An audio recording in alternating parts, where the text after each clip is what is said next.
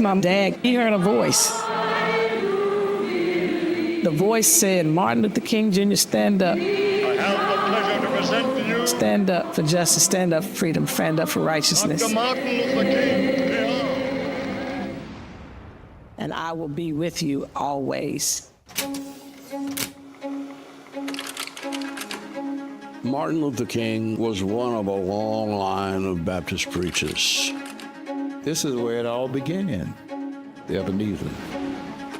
The Black church had the central role in the social fabric of the Black community. We had a small black and white television, and we saw the scenes of what was going on. I refuse to accept the idea If you're willing to speak truth to power, then you have a cross before you. that mankind is so tragically bound And he saw himself as bearing a cross. to the starless midnight of You racism cannot choose a ministry. It has to call you. and war. There's always a Calvary for those who speak truth to power.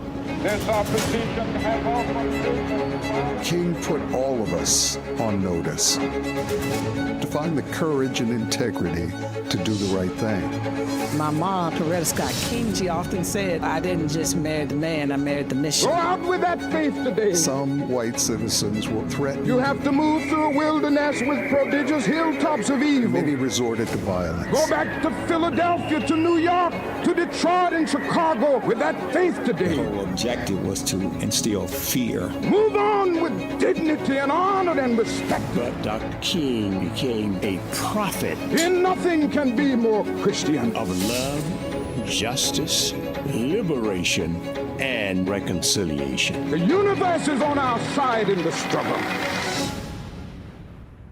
You can't want for your enemy what they want for you and expect things to change. Somebody has to cut off the chain of violence. Dr. King's faith was inextricably linked to social issues.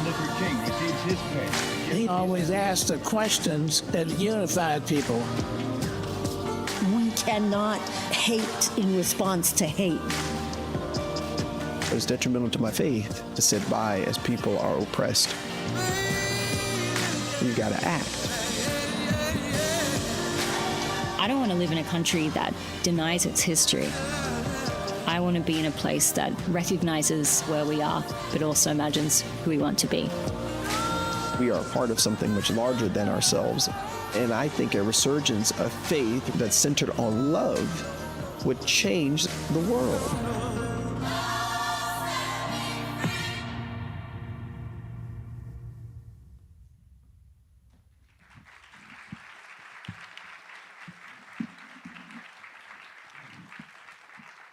Well, good morning, good morning, good morning. I am Damian Madison with Better Together, the King Center's Interfaith Initiative here, and I want to greet you and say hello on this wonderful morning. Wow, this is a phenomenal showing of those who love peace and nonviolence. Give yourselves a hand for being here today. Come on.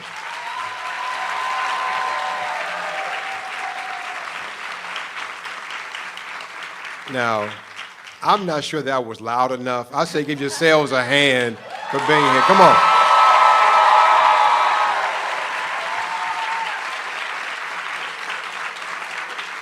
Let the world know that there are those youth who still believe in peace, believe in love, and believe in nonviolence. And so one more time, let the world know. Come on.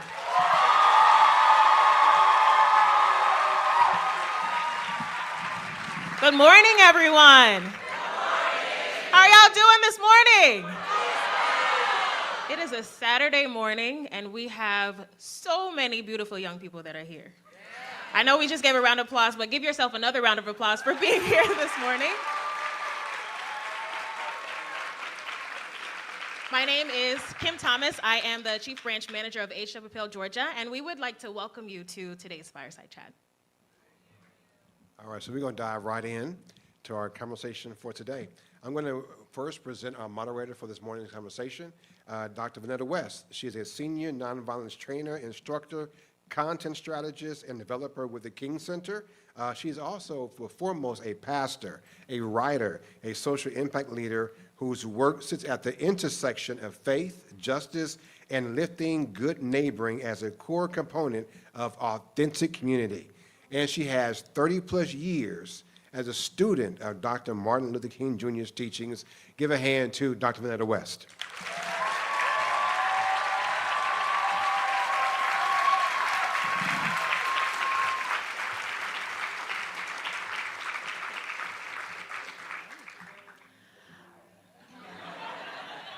All the people. I have the pleasure this morning of introducing our panelist, Dr. Bernice A. King. Dr. King is a global thought leader, a strategist, solutionist, orator, peace advocate, and CEO of the Martin Luther King Jr. Center for Nonviolent Social Change, the King Center, which was founded by her mother as an official living memorial to the life, work, and legacy of her father, the Reverend Dr. Martin Luther King Jr. Through her work at the King Center, she educates youth and adults around the world about nonviolent principles and strategies modeled by her parents. Dr. King is an innovative, inspirational, and transformational leader, and we are honored to have her here with us today. Please do me the honors in welcoming up together Dr. Bernice A. King.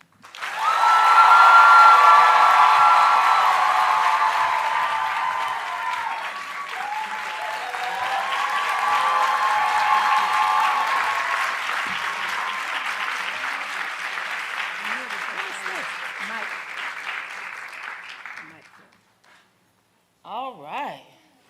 Good morning, everybody. Good morning. Wow. There's a lot of people in here. It's great to see you. Well, Let me try that too. We're going to have a party.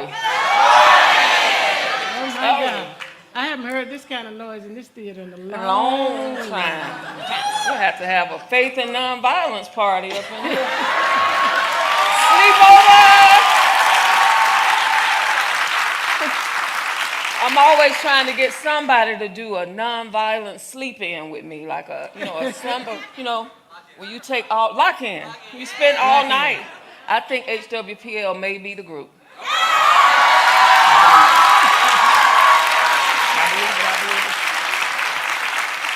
So, it is our honor to be with you today, and we're thinking about this title, Faith and Nonviolence as a Methodology, a necessary methodology for peace building. And so, as we start today, we want to start with a prayer from Dr. Martin Luther King Jr. So Dr. King is going to share that prayer with us. All right. This is from the book, Thou Dear God, which is a compilation of prayers from my father. We ask thee, O God, in these days of emotional tension, when the problems of the world are gigantic in extent and chaotic in detail, to be with us in our moments of joy, in our moments of sorrow, until the day when there shall be no sunset and no dawning. Amen. Amen. Amen. As we get started, we want to define these words, because we assume, right, that we know what nonviolence is and what faith is, but I'm going to start with faith, and Dr. King will share with us what nonviolence means here at the King Center, because people have different definitions, right?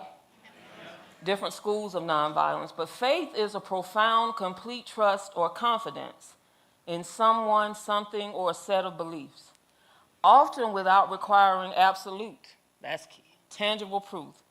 It shapes how people find meaning, hope, and resilience in daily life. Do you agree with that definition?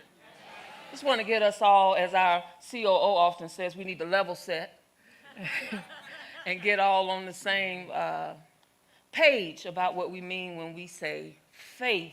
And here at the King Center, that's connected for us to the sixth principle of nonviolence, which is the universe is on the side of justice. And so I want to be sure we're all together. When we say faith, a belief in something, we don't have tangible proof, but it guides our behavior. So that's what we're talking about today when we say faith, and nonviolence as a necessary methodology for peace building. Nonviolence.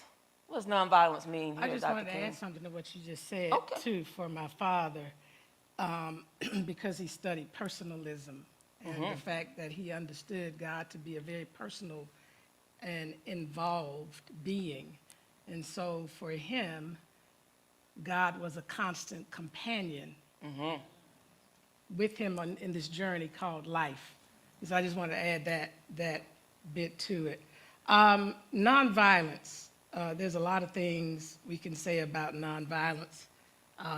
Most people, when they think about it, first and foremost, they think about it in a social justice context. When people are demonstrating and protesting, they see it from a tactical vantage point, and that it only belongs in that arena. But my father didn't get an opportunity to fully develop it as he wanted to because of everything that was going on into an understanding of it as a way of life. In fact, he talked about it, his Nobel Peace Prize speech.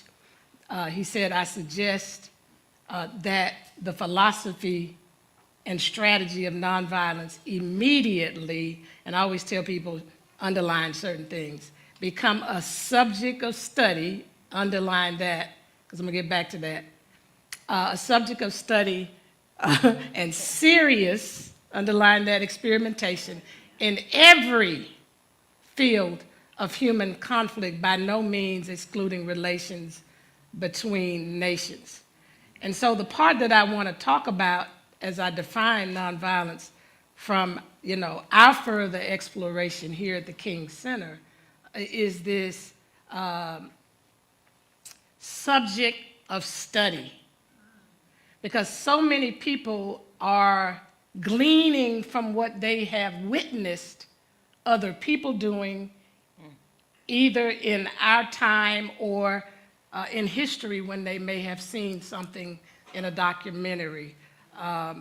But for us at the King Center, we understand it to be a love-centered way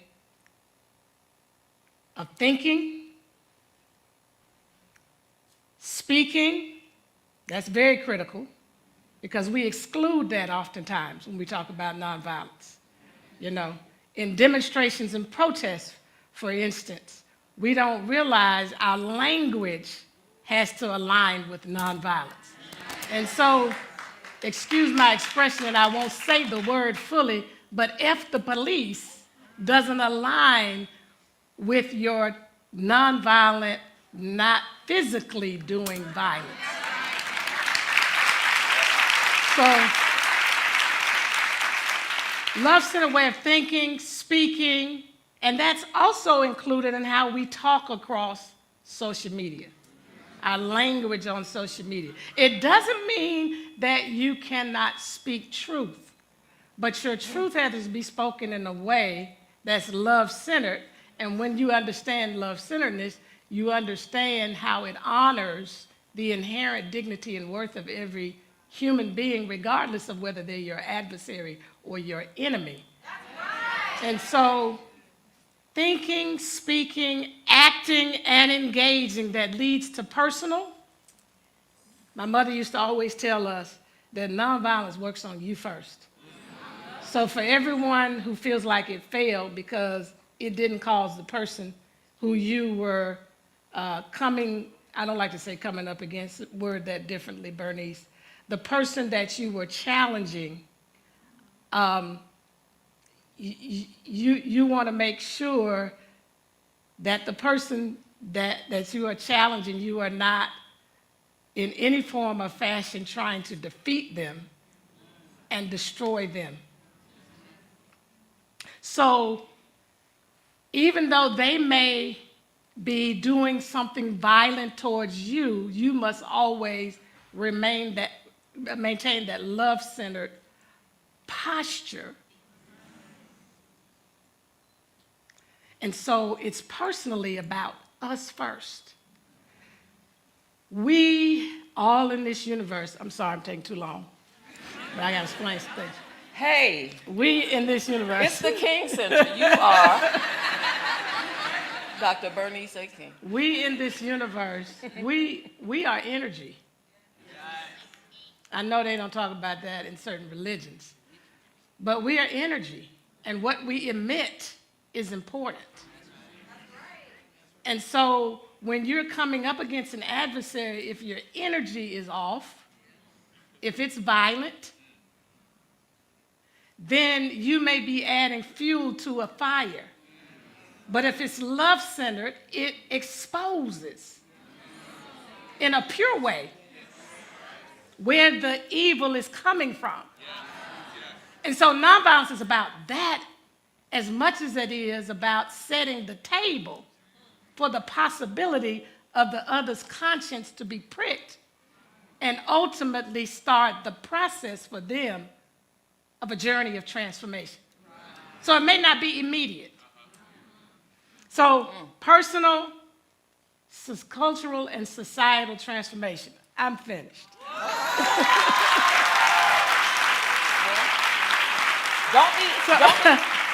So let me say it without interrupting it.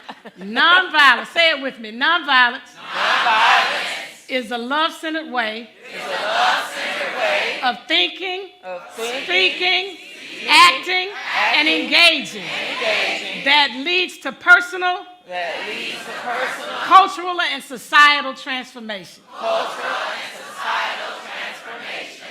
Hey.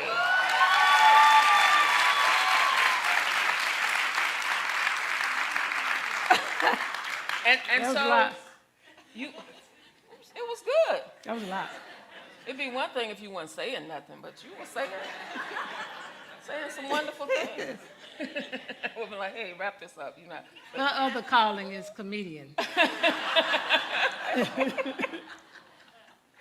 Yeah.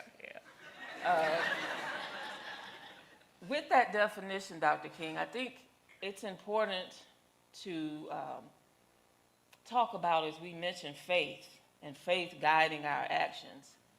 How did that show up for your father? And to start that answer, could you share what your mother said about your father's inspiration and his methodology, where it came from? Yeah. So most of us who've studied Dr. King understand that he was very inspired by and moved to live out of Jesus's message from the Sermon on the Mount about love fully, because some of us parse off different pieces. Where Jesus says to those that are gathered, the masses, love your enemies, bless them that curse you. That's the part we skip. We don't want that. Bless them that curse you. Love your enemies, because we do that as a feeling. But it has to be manifested in practice to be real. Bless them that curse you. And this one is really the one that I've never heard too many people even say when they do the whole scripture. Do good to them that hate you.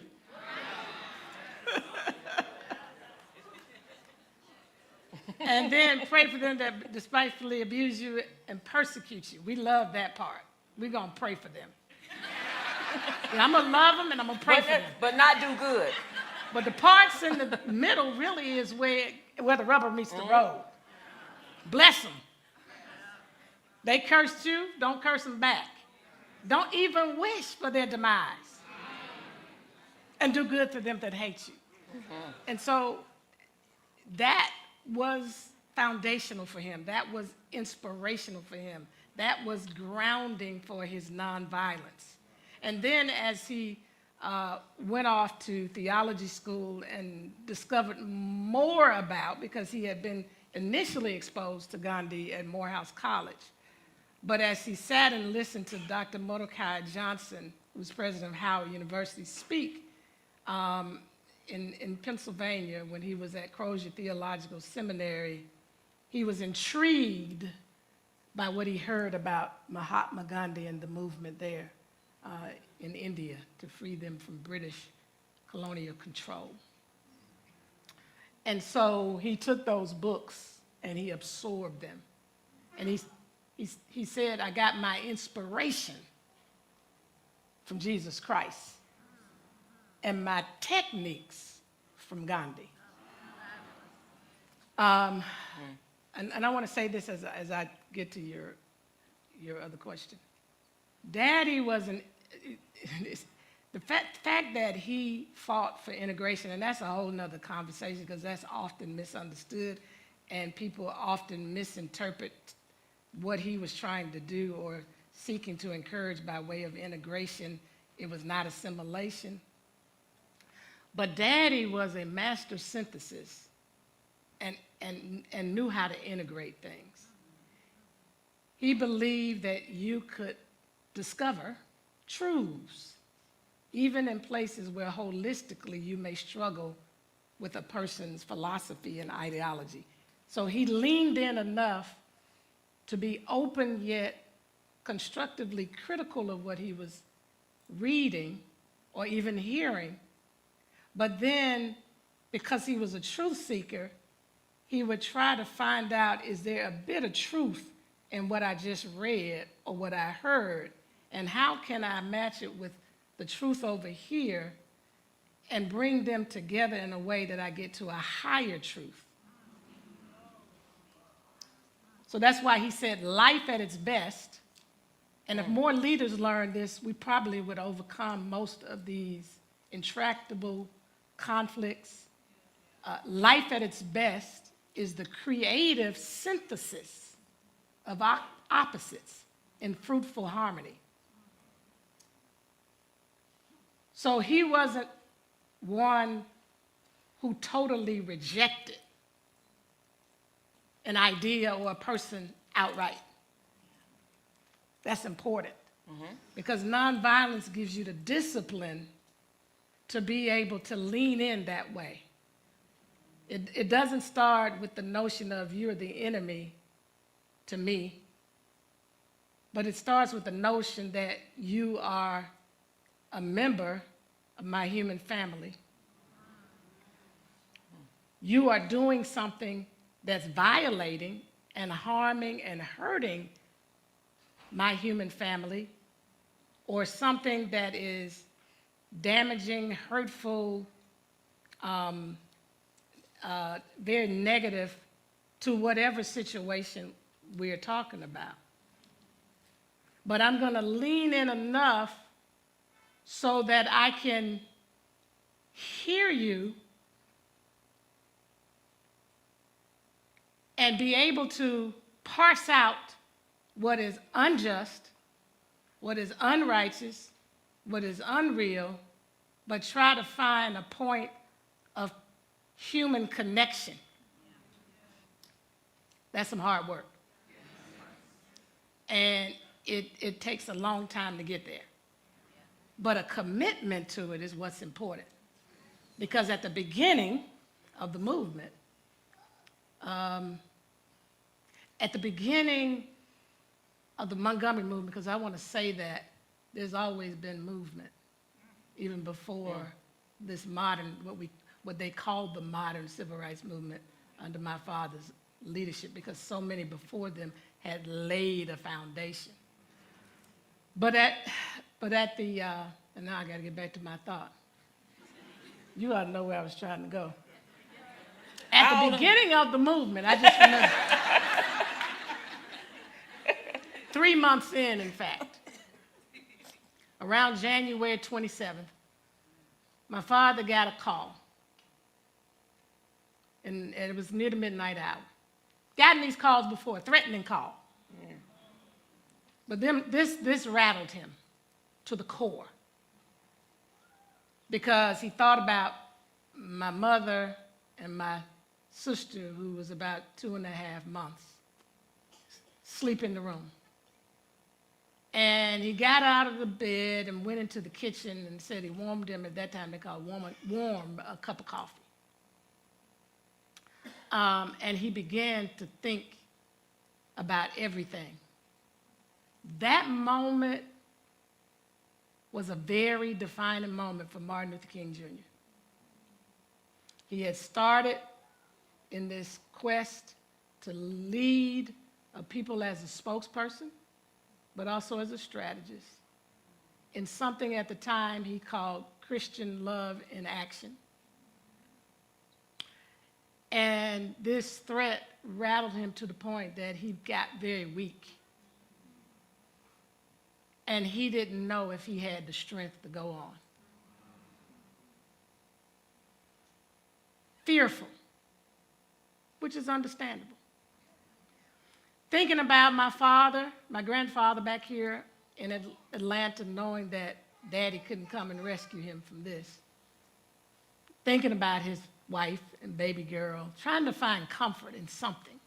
Thinking about all those theologians and philosophers that he had studied, and just basically said, I've come to the end of my powers.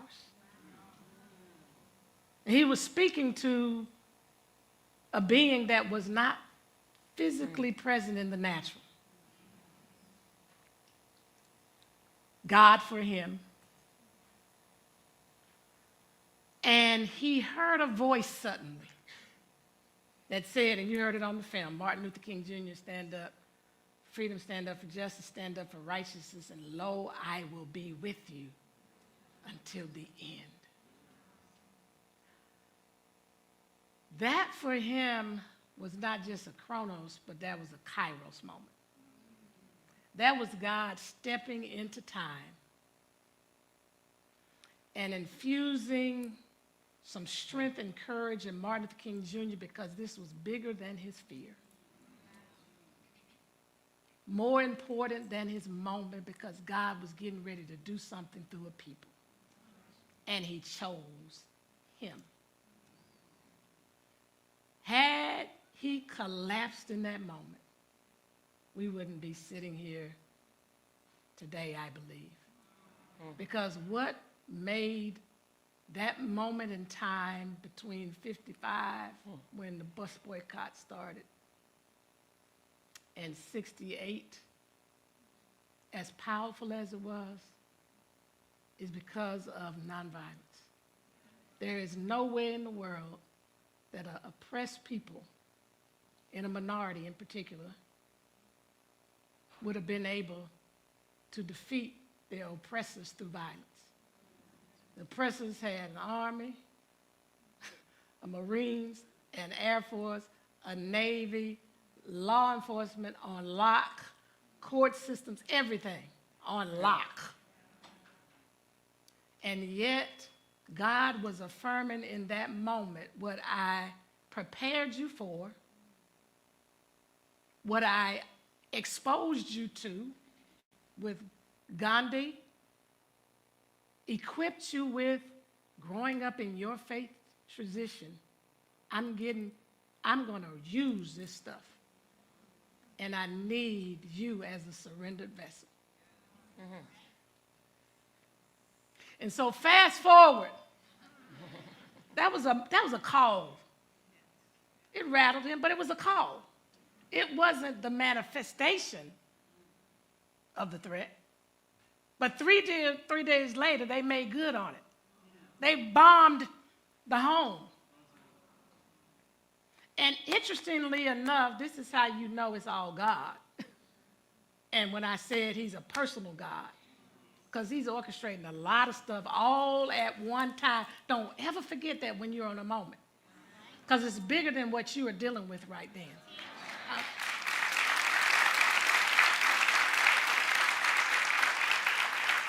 There's so many things tied to you that you don't even know. God is using that moment. That may be very difficult because I'm not diminishing it. But know that he's working some things in and around you for the good. And so, I'm trying to remember my train of thought, because it's a lot. Huh? Say that again? Yeah. Yeah. So 3 days later, the bomb happened. My daddy wasn't even there, the one who got the call. My mama and my older sister, God rest her soul, yesterday was 19 years since she passed away. And this theater's named after her. And this theater's named after her. Yeah. They were in the home. My daddy was at a mass meeting because they had meetings like these gatherings to keep the people connected, to keep the people uplifted, to keep the people instructed and to provide guidance. So he got the message. Naturally, that was unnerving because he got that call. She didn't get the call. But she had an instinct when she heard a thump on the porch. And so the lady that was there with her, because they had someone at the home with her, she couldn't go because at that time you had to stay home after you had a baby for a much longer period of time. And so they moved from the front of the porch because she would have been gone. My sister would have still been there, but she would have been gone. So she moved to the back. Daddy got to the house. First thing he wanted to do is check on Mama. Mama was good, calm, surprisingly, to him. Probably not surprising to her because she had a father that faced constant threats when she was growing up, and I won't go into that detail. Just know that her upbringing prepared her for this moment. Read her book, My Life, My Love, My Legacy. I think we sell it in a bookstore. That's a good plug. And he went out on the porch. And this is what I'm getting to about being at one place and God continuing through your commitment to mature you and develop you. Went out on the porch, held up his hand, people were quiet. Now they had bottles, rocks, guns, all kind of stuff, because they were mad, rightfully so, angry. And they wanted revenge. And he said basically to them, hey, we can't fight this with weapons like this. He said, we have to fight this in Christian love because he who lives by the sword will die by the sword. He says, I want you to go home. My wife is fine. We're fine. I want you to go home and put up your weapons. Now, Martin Luther King at that time had a weapon, had a gun. The next morning, he went to apply for one. Of course, because of who he was as a leader, he didn't get it. But through community of those who understand the power of nonviolence, which included Bayard Rustin, who came to visit them while they were there, and so many others, and his own being, because he was a very contemplative person, he decided to get rid of those. And for him, at that juncture, the combination of the call, the reaffirmation of God with me, the posture of a wife who could have said, look here with a neck, we need to get out of this, and I'm leaving to go home with my daddy. In fact, her father came to get her early in the morning, as well as my father's father, grandfather, came to get him. And my mother said to her father, Dad, I got to stay here with Martin. So your mom had tremendous faith, too. She had out of this world faith, literally. So that moment became a catapulting moment for the movement, because had he quit from the call or from the bombing, it would have all caved. Just want to take a moment. Everybody take a deep breath. There you go. Wasn't that amazing? How often do you get an opportunity to hear that from the child of the people who experience that? That's powerful. Because I know people come to these spaces and they're like, where's the Q&A? But I think what Dr. King just shared answered a lot of the questions that you all posed if you hear it. So I want to frame it in the time we have left in 4 distinct ways. And I want you to make note of these ways, okay? If you have your phones, you can put notes in your phones, but I want to just, with Dr. King, talk about soul force, because what she mentioned really helped to show us, tell us how Dr. King had soul force and her mother had soul force, Mrs. King. Spiritual discipline, soul force, spiritual discipline. You got it? Some of y'all like, I'm gonna have to watch the stream, lady. I'm not right. I understand. I understand. It's streaming.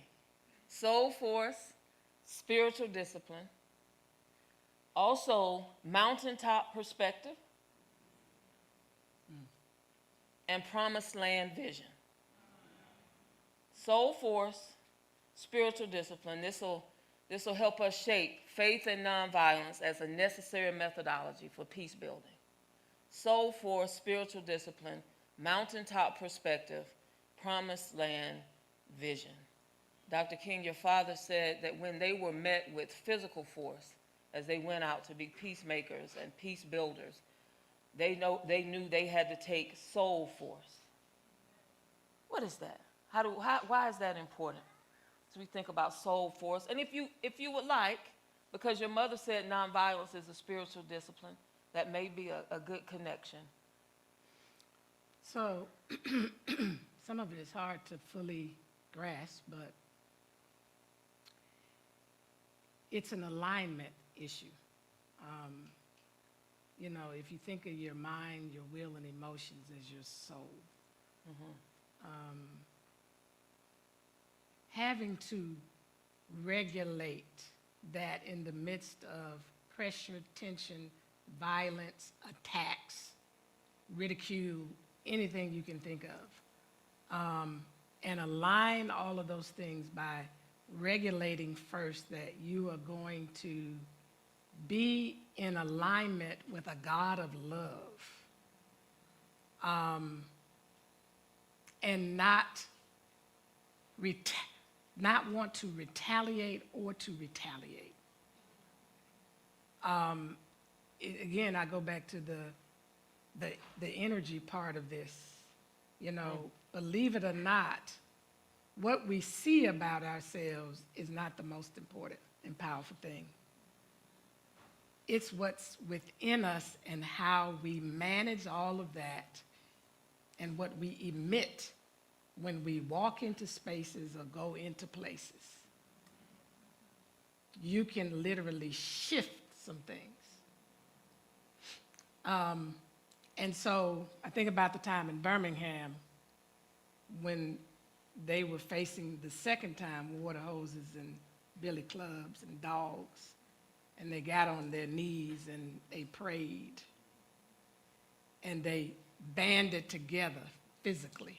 They banded together arms, and they got up to proceed forth, and Bull Connor said the same thing he said the first time with those young people in, what was the name of the park? Kelly Ingram. Kelly Ingram Park, when they had, you know, you've seen the film. Pays to know a little history. Yeah.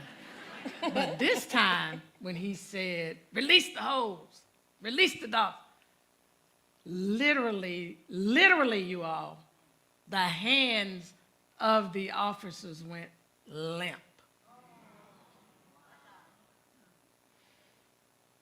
So when you can align what you are thinking towards a love-centered posture with a vision of a greater outcome, beloved community, promised land,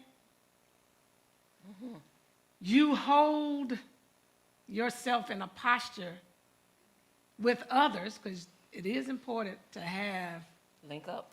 Yes. Yeah. Don't do this alone.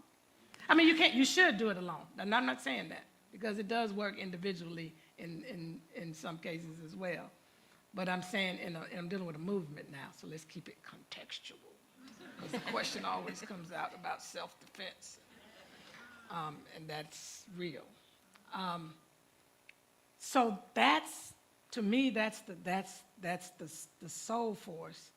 And it understands, like I said earlier, the alignment with you are not going through this in the natural alone. There is a divine force that is with you. And you have to align your thinking that way, your belief. That goes back to the definition of faith. You got to align with that. So a lot of this stuff really boils down to choice. We have free will. So you have to choose to do these things. And not just today, every part of the day, you're making the choice. Your brain has the capacity to do that, you all. We're incredible. I mean, we don't even use most of it the right way. And Dr. King, we can use this for young and older people, because I'm finding it's not just young people wilding out on social media. I'm looking at some 50, 60, 70-year-old people saying, that's why young people wilding out. Wait a minute. Why are you on social media going off like this? But we need some soul force online. Not just when we're on the streets meeting physical force, but this spiritual discipline, this soul force that you're talking about. I believe it's because your father, in his last speech to us, I believe it was in Memphis, but it was to everybody. I've been to the Mountaintop.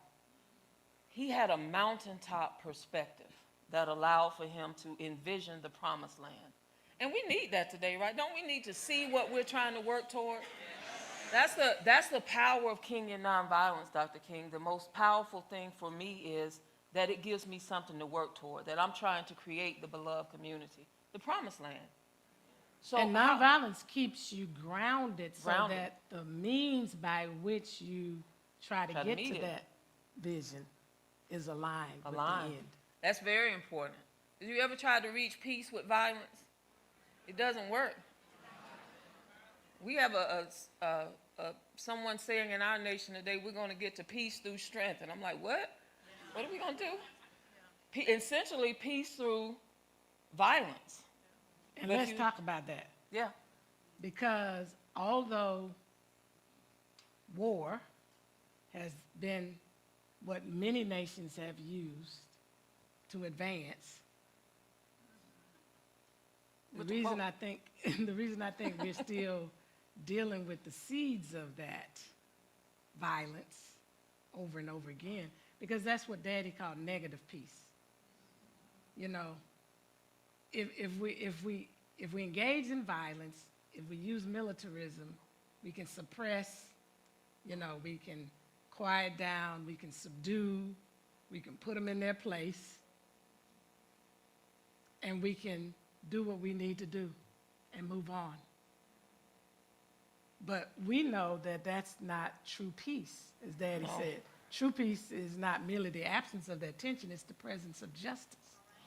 And so that's the role of nonviolence, is to help us get to true peace. It helps to operationalize that process.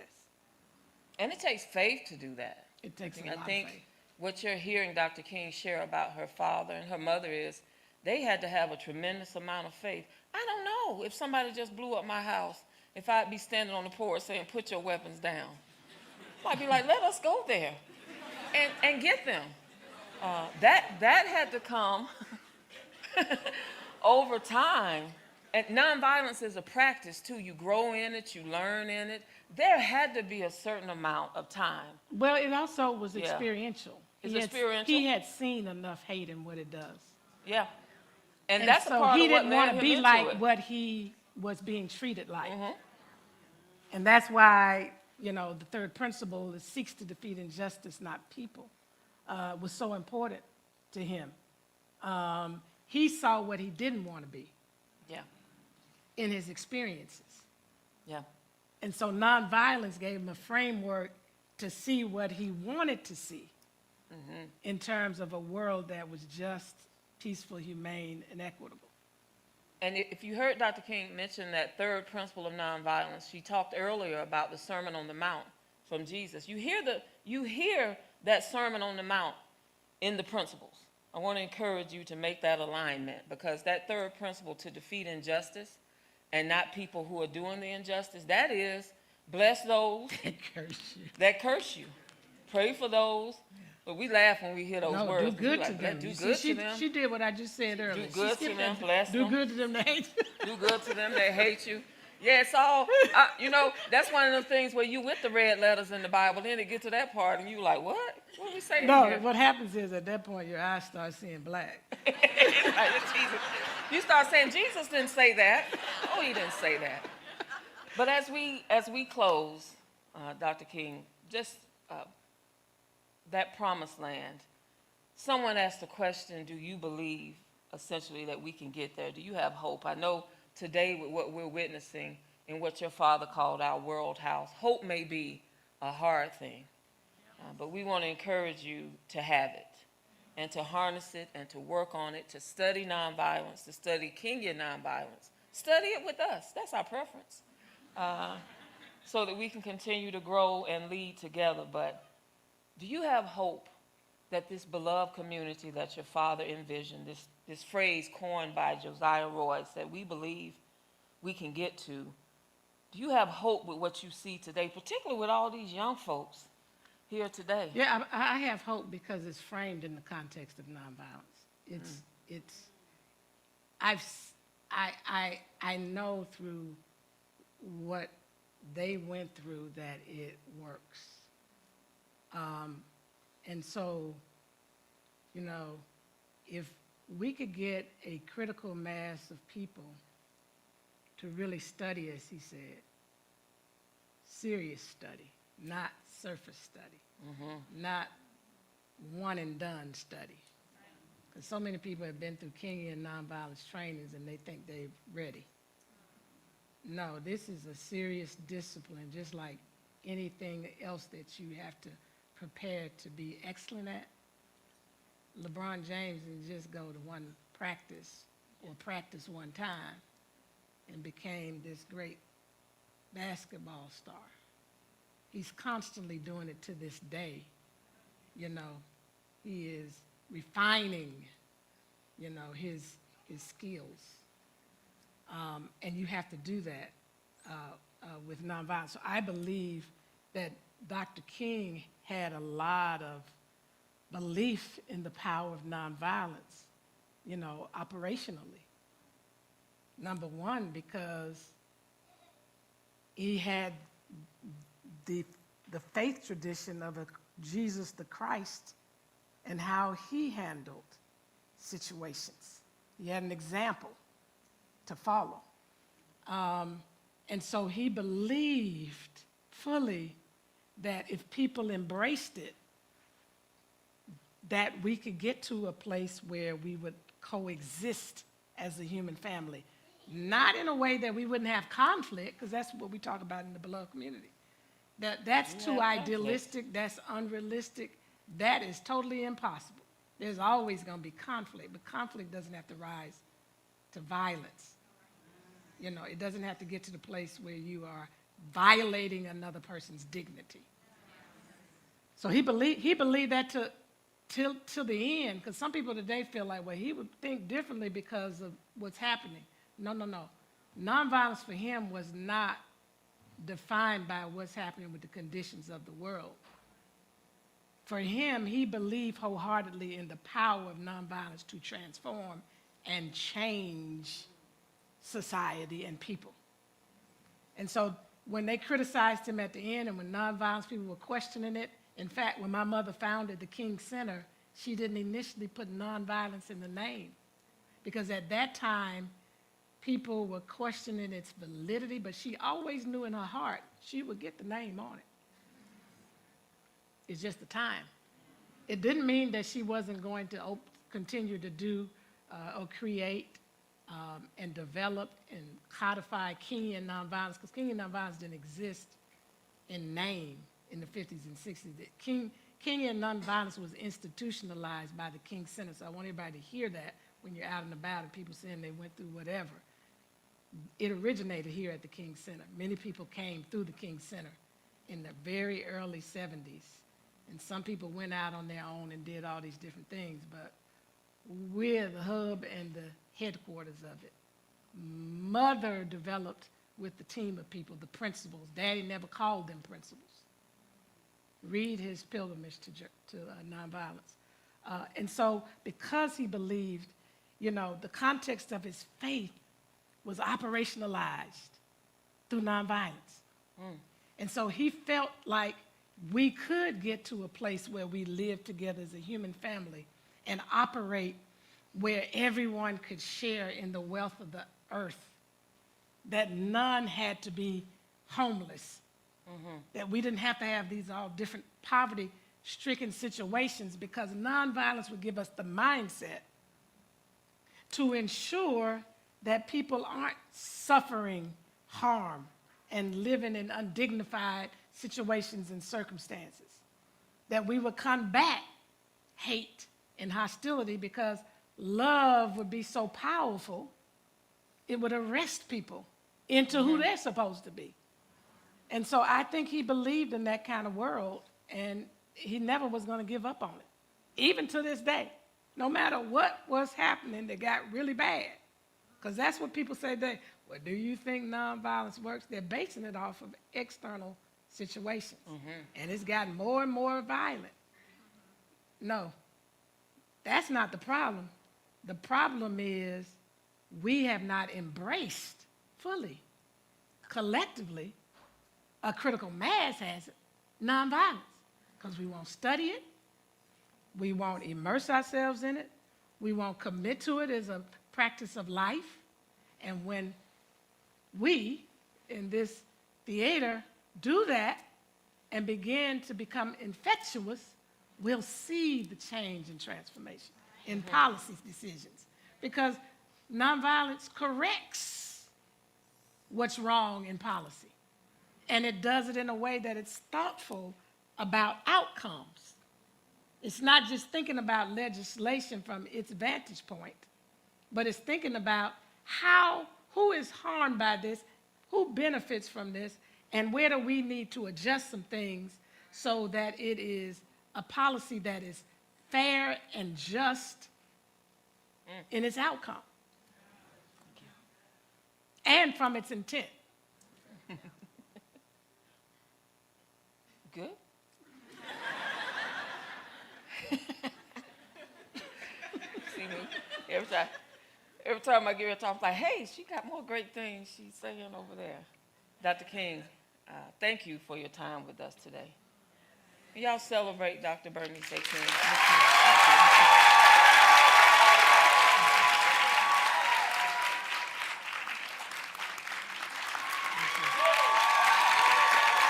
you so much. Thank you. And as we close today, we started with a prayer. Here is a prayer from Dr. King. We encourage you to get this compilation of prayers in the bookstore. He said, and if we can just posture ourselves, I know we want to, but this is, I think, for us all to hear ourselves in this prayer. Oh God, we thank thee for the fact that you have inspired men and women in all nations and in all cultures. We call you different names. Some call thee Allah, some call you Elohim, some call you Jehovah, some call you Brahma, some call you the unmoved mover, some call you the architectonic good, but we know that these are all names for the one and the same God. And we know you are one. And grant, O God, that we will follow thee and become so committed to thy way and thy kingdom that we will be able to establish in our lives and in this world a brotherhood, a human family. We will be able to establish here a kingdom of understanding where men, human beings, will live together as brothers, a human family, and respect the dignity and worth of all human personality. Amen. Amen. Amen. Bless you, Dr. King. Amen. Thank you. Thank you all.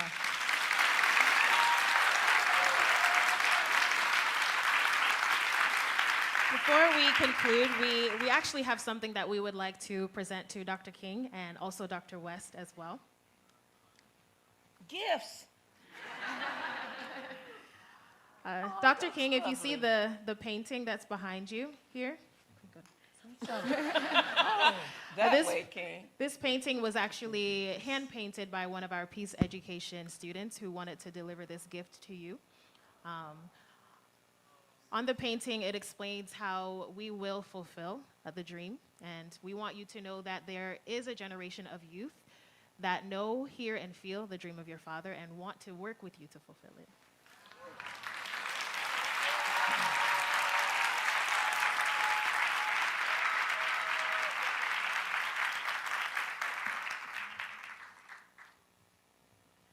And Dr. West, you have a lot of fans here.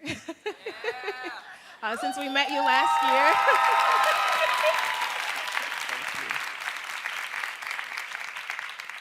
And we want to share with you this appreciation and token that we have. Thank you for always moderating so well and teaching and advocating for nonviolence.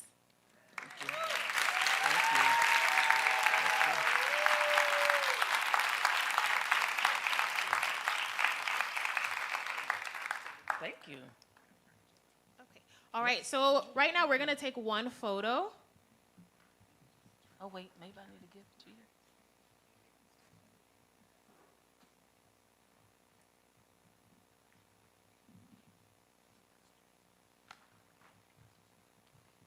And if the crowd can stand for us, we're going to take a photo standing up together with Dr. King. Oh, I'm about to say, I'll move it on out the way. Okay.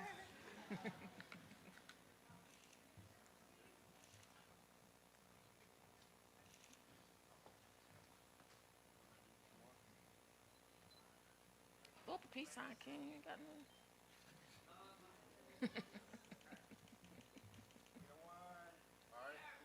Count down. 1, 2, 3.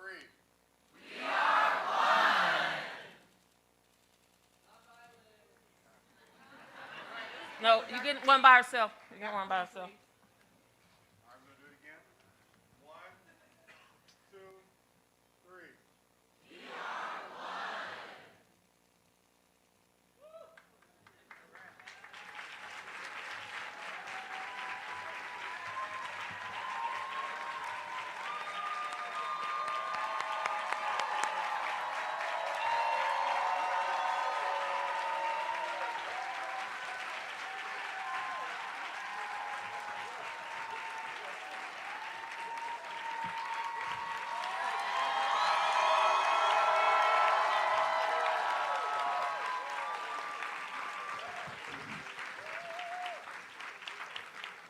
All right. You may be seated.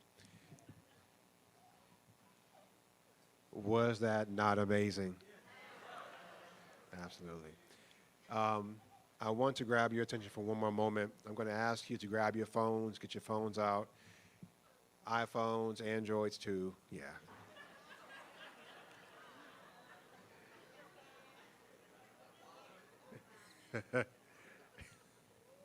I'm going to ask you to grab your phone. There's a survey behind me. I'm going to ask you to go ahead and grab your phone. It's a snapshot of the survey. We would love to hear your feedback. We want your responses to what you experienced here today. Your feedback helps us to guide these conversations, to share our impact, our outcome, the work that we do here at the King Center. And so we thank you so much for, if you just take a few moments to do the survey and respond for us. And we thank you so much for your time today. And again, we love you. We applaud you for being here and making this a wonderful, magnificent, magnanimous, amazing experience. So while you're snapping shots, again, give yourselves one more hand of applause for you being great today and being here in this space.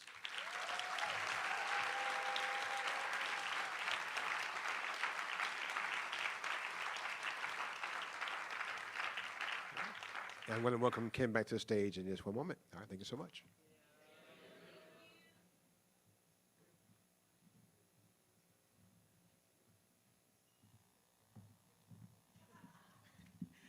All right, did we enjoy ourselves? Thank you all so much for coming. Give yourselves a round of applause again.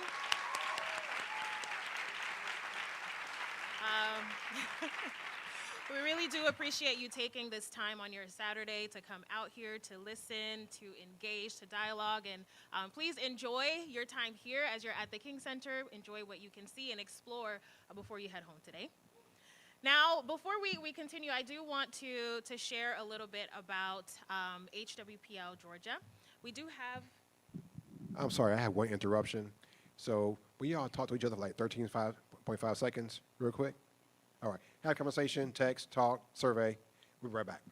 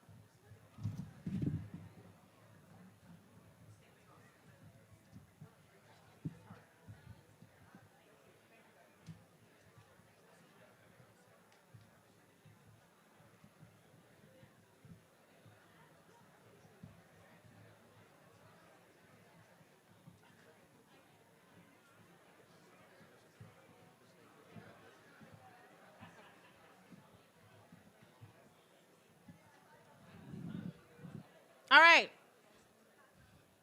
You guys conversate well? Okay, great.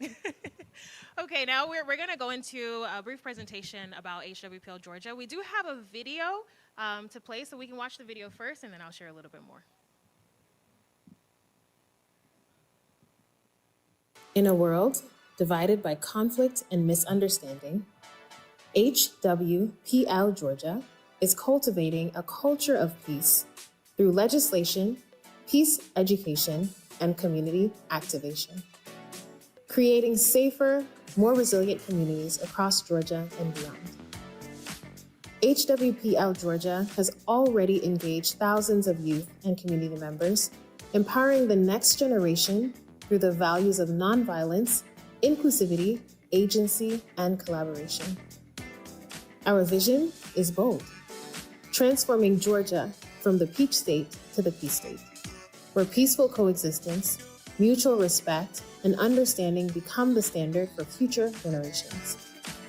Together, we are not just imagining peace, we are building it. Protection for tomorrow starts today.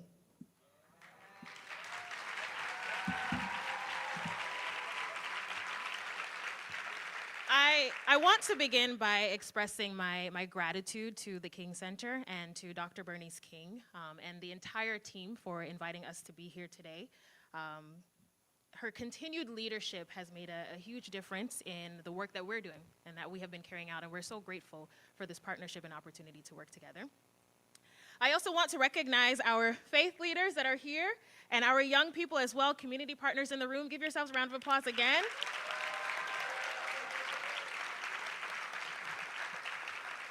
Your presence here today, that itself makes a bold statement that you are willing to even come and have this conversation. You're willing to stand up for what is right and what is positive in our community. Today, I'm here to briefly introduce you to HWPL Georgia. The video that you just watched, it captures the vision of who HWPL Georgia is. But I want to tell you what drives this vision. Peace itself is not the absence of violence, and peace is not passive. But peace must be intentionally built, starting with our smallest units, our families, our schools, our neighborhoods, and our faith communities. That's the foundation that we stand on today. In the video that we took a look at, we heard the motto of transforming Georgia from the peach state to the peace state. That's right. This is not just a tagline, but it's a framework, and it is a commitment. It is a movement. HWPL Georgia is the local expression of an international peace organization, Heavenly Culture, World Peace, Restoration of Light. And we have been working so hard to create peace in our communities. Especially here, in our community here, right here, sitting in the Atlanta community, we know the situations that plague us and we know the work that we have to do. Our guiding belief is simple.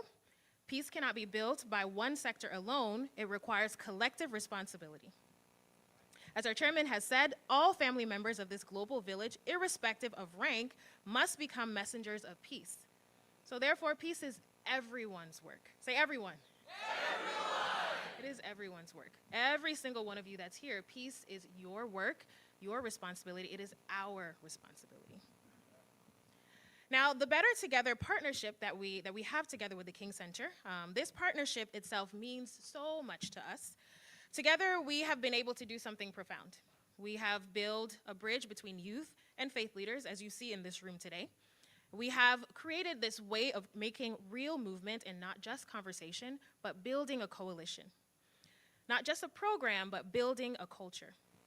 Actually, last November, we were able to gather 700 participants just across the street at Ebenezer Baptist Church for an interfaith dialogue that was emphasizing the importance of faith, unity, and creating peace. When young people sit alongside faith leaders and realize that they share the same longing for peace, safety, and belonging, something shifts. So that's not a small thing, but that is the beloved community taking shape in real time. Actually, just last week, myself and some of the staff, we were here in this room for another fireside chat. Here also with Dr. Bernice King, and what she said during that chat is the beloved community belongs to all of us, community leaders, faith leaders, business owners, government officials, and we all believe that. So we're building this together.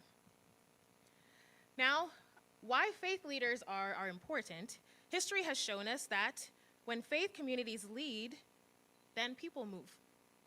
The civil rights movement organized from pulpits and pews, and it moved with moral authority, and it changed laws and changed hearts. That same moral authority is needed today. Faith leaders are life teachers with the role of training the community in the right direction. There is a heritage in Atlanta, right where we're sitting right now. There's a heritage here that has already existed with faith leaders at the forefront of social change. And that heritage itself needs to be passed down. And young people cannot just hear about peace. They must experience it. They must practice it, okay? Young people must experience and practice peace. So as we say in HWPL Georgia, when grassroots passion and moral leadership meet, communities transform. So today, I hope that we, all of us, after what we heard today, the discussions today, we can continue on carrying in the heritage of this land and becoming messengers of peace. And always remember, protection for tomorrow starts today. Thank you.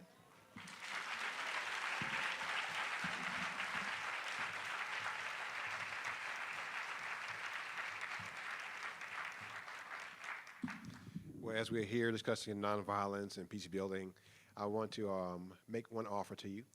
Here at the King Center, we have a platform called NV365, which is our virtual way of experiencing nonviolence at a very deeper level. And you can do it at a self-paced rate, so you can go through different background, history, experiences of the movement, and learn the steps and principles to nonviolence. And it's called NV365. Live it every day of our lives, right? So again, if you're interested, we have on the platform, you can go to the website at thekingcenter.org. And again, I invite you to learn more about nonviolence via our platform virtually, all right? All right, so again, let's make it real, live it, embrace it, embody it, so we can be peace builders in a very real way. All right, well, again, I thank you all so much for being here today. You have been amazing, you've been phenomenal. And before we leave, I want to play one more time our trailer for our coming docu-series, When Faith Calls. Yes, where we are lifting up and highlighting how faith is at the core of Dr. King's philosophy toward nonviolence and what compelled him and called him to give his life for social change. So again, watch this trailer, and then we'll be departing from this place in peace, all right? All right.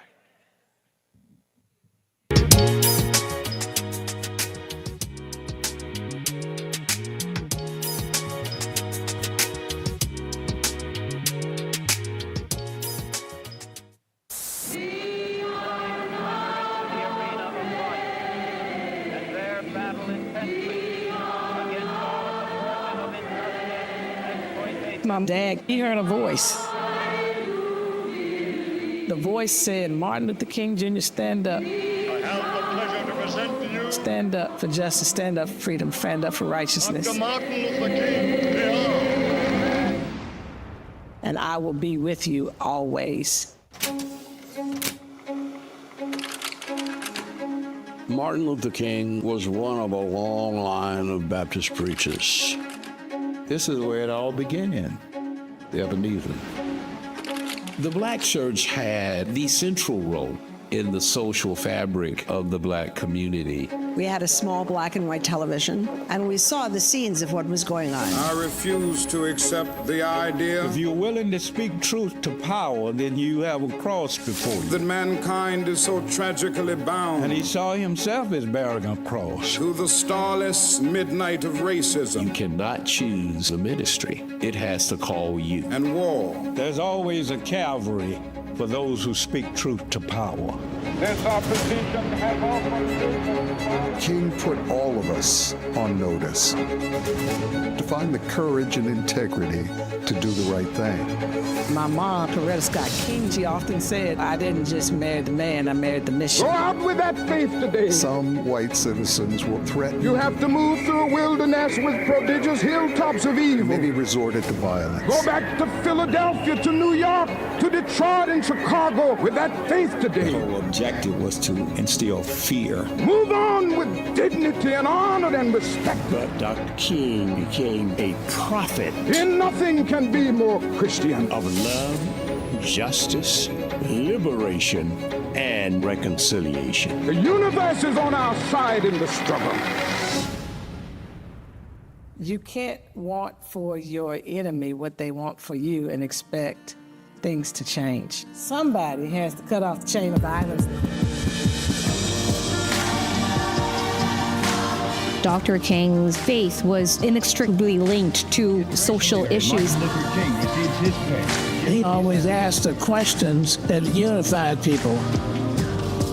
We cannot hate in response to hate. It was detrimental to my faith to sit by as people are oppressed. You gotta act.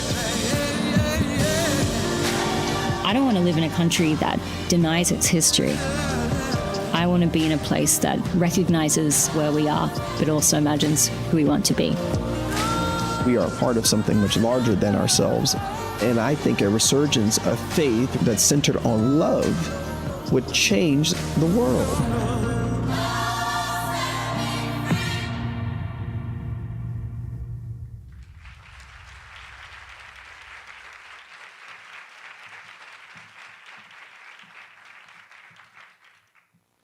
All right. Well, guess what?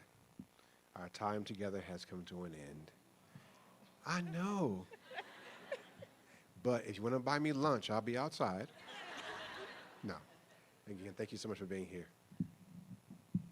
Thank you all so much for joining us. We appreciate it. And remember, go and spread peace in your communities today.